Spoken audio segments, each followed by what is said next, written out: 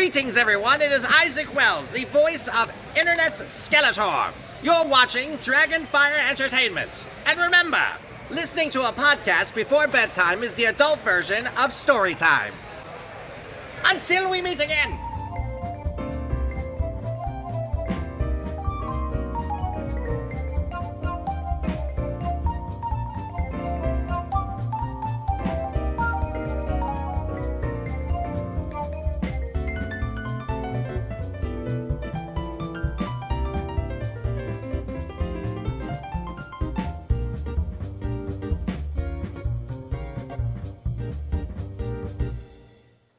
Happy New Year, everybody. Wildman Wes here. I'm Rebecca. And welcome to our first episode of What's Your Poison for 2025. We hope you had a blast last night watching our New Year's Eve episode, and we have 4 more beers to try out to start off 2025.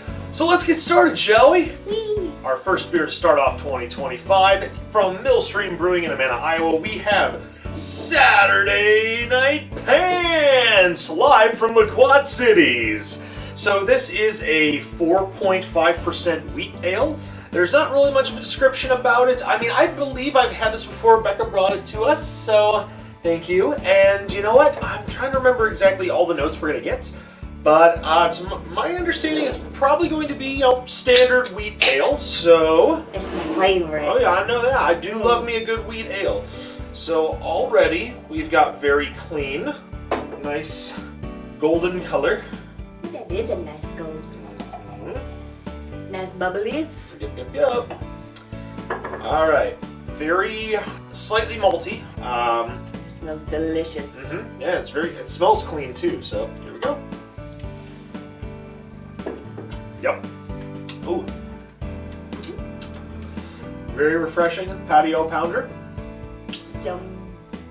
Dry, which for a wheat ale, that's different, and there's nothing wrong with being different. So I mean, Well, I like that it doesn't sit in my mouth.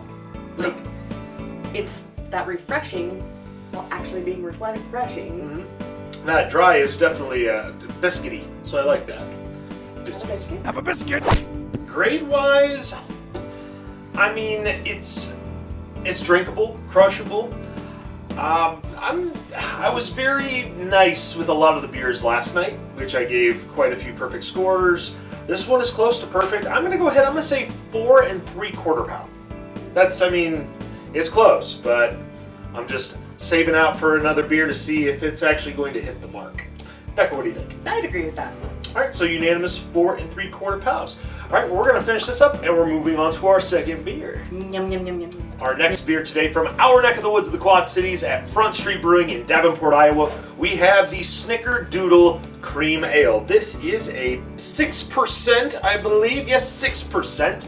So this is definitely a very tasty beer. I've had it before. I'm going to be very honest. I like this beer.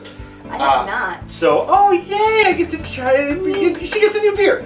So anyways, this one is definitely going to have a little bit of a malt oat finish to it. It's definitely, and a hint of cinnamon.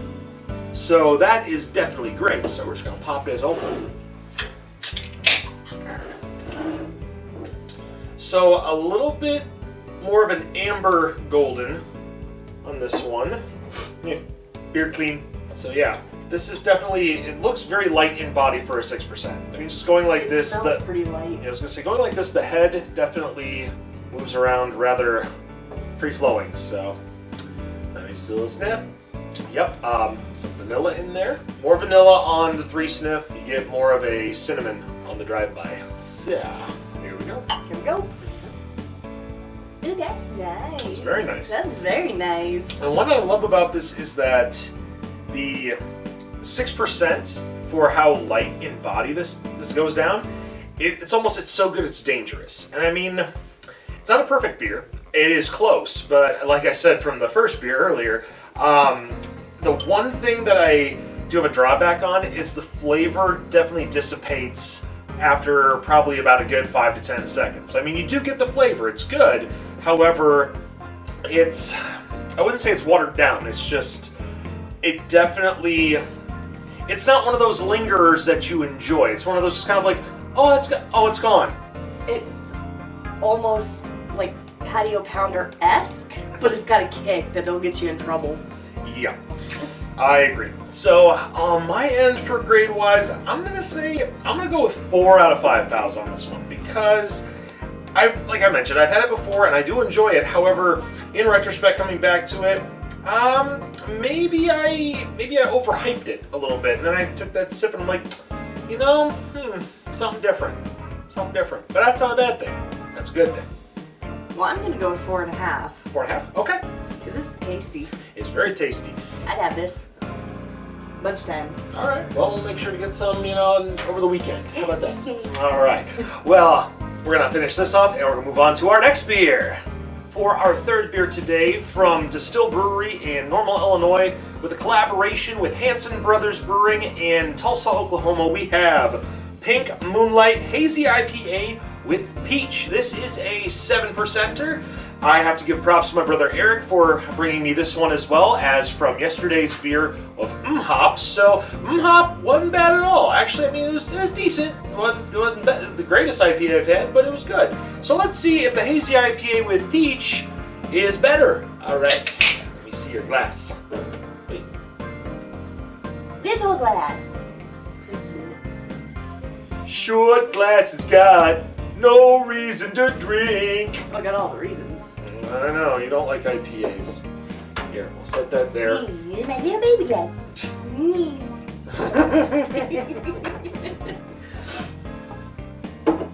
All right.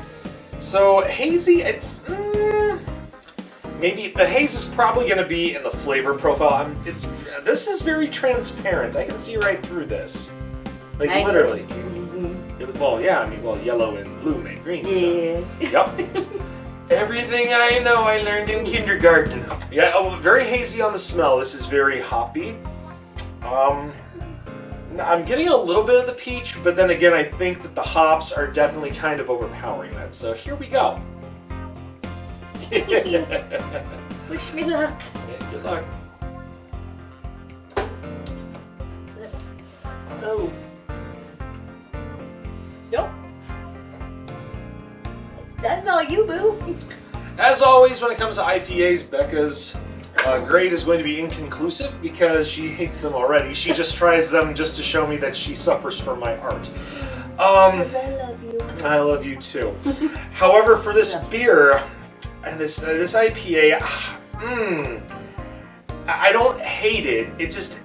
It's false advertisement a little bit. Just kind of like saying Hanson was a really good band back in the 90s. Bop, dippin' dots and doo-wop. Yeah, exactly. No, this IPA it just tastes like a standard hazy IPA. The peach in there is completely non-existent. And I mean, I wish I could be nicer about this, but it's very hard. Wait, hang on a sec. Let me do one more sip just to see if I'm missing something. I was hoping the peach would cut some of the hops. Not gonna lie. I'm not tasting peach at all. And for me as an IPA drinker, it's not bad. I'm gonna give this one 2.5 out of 5 because strictly, not because it's a bad beer, it's that what they describe in this is not true. I feel lied to. I was expecting a little bit of a more tropical nature to this. Now the hops in here definitely give it a fruity blend, but not peach. And I like my peach in my beer sometimes, and I didn't get my peach this time. So, that being said, I'm going to finish this very, very quickly, and we're going to move on to our last beer. And you know what happens when we have the main course of our beers? We finish with dessert. So for our final beer to start off 2025 from Lion Bridge Brewing Company in Cedar Rapids, Iowa, we have the S'mores Imperial Stout. Dessert! Yep. Oh, this is going to be a good dessert. So this stout is 8%. It has marshmallow, chocolate, graham cracker. Oh my. And I mean, I know with some of these Imperial Stouts and whatnot with desserts, they can tend to be a little on the sweet side, almost to the point where even a ghost of Wilford Brimley might say, I've had diabetes for about 20 years. "Oh, we're gonna try it anyways." Alright.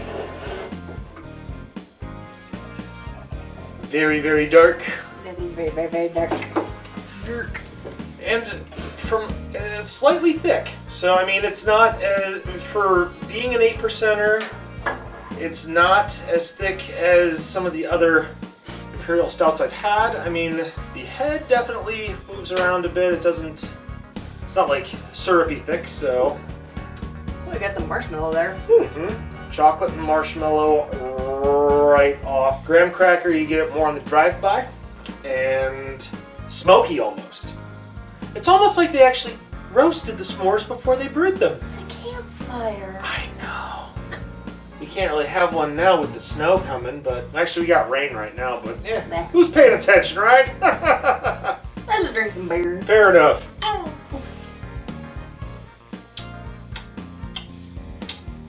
What you think? Stouts still are my favorite. I know. It's it's a lot sweeter than I was expecting. I like that it has a roast to it. It does have a roast. Maybe that's what's throwing me. Well, maybe it's just because I'm not huge on stouts. I do like them better than IPAs. Fair enough. No, I mean, and I love that it does have a sweetness. The chocolate, it feels more like, I want to say the roastiness to this with the malts probably is that it makes the chocolate flavor taste like a dark chocolate. It tastes like an actual cacao, like the 70-80%. I mean, you can't really say anything bad about this one. No, but anyways, this roast is definitely interesting to say the least. I mean, when it comes to a grade-wise, I'm going to go ahead, I'm going to say 4.5 out of 5 pounds for this one because, spoiler alert, I've had this one too a while back, and in retrospect, going back to it, I forgot exactly how I felt about it, and I thought that it was going to be like the ultimo dessert beer, but then again, nothing can beat that French silk pie from Confluence that we had last night, so that one was, that's kind of like sky's the limit. So, 4.5 on this one. Becca, your thoughts? I'd almost say a 4, only because it's overpoweringly sweet. Okay. No, I mean, and that's fair, because sometimes, like we were mentioning earlier, sometimes the sweetness, whether it's in a stout or any other type of style of beer, it's not for everybody, and that's okay. But if you are into that big sweetness, because if you got that little sweet tooth like I do, you're probably going to enjoy this. Yeah, if you like darker beers and sweet, this is perfect. I like either dark beer or sweet. Fair enough. That's my problem. Well, we hope you enjoyed our start to 2025. If you've had these beers before and you agree with us, leave a thumbs up. If not, you can leave a thumbs down. We totally get it. Also, make sure you share on social media, push that little red button, ring that bell for instant notifications. Again, as we mentioned yesterday for New Year's Eve, big special thanks, Becca, as always. Hefe from Beer You, Beer Me, Beard Wizard Man, Al Chameleon, Patman QC, Lodi Tap House, Obscurity Brewing, Isaac Wells, aka Internet Skeletor, so many more, and of course we cannot forget you, the viewers and subscribers, for being supportive in all of the content that happens on Dragonfire Entertainment. We are looking forward to a lot more coming down the line for this year. Until then, I'm Wildman Wes. I'm Rebecca. And we will see you soon on Dragonfire Entertainment. We love you, and cheers. Happy New Year.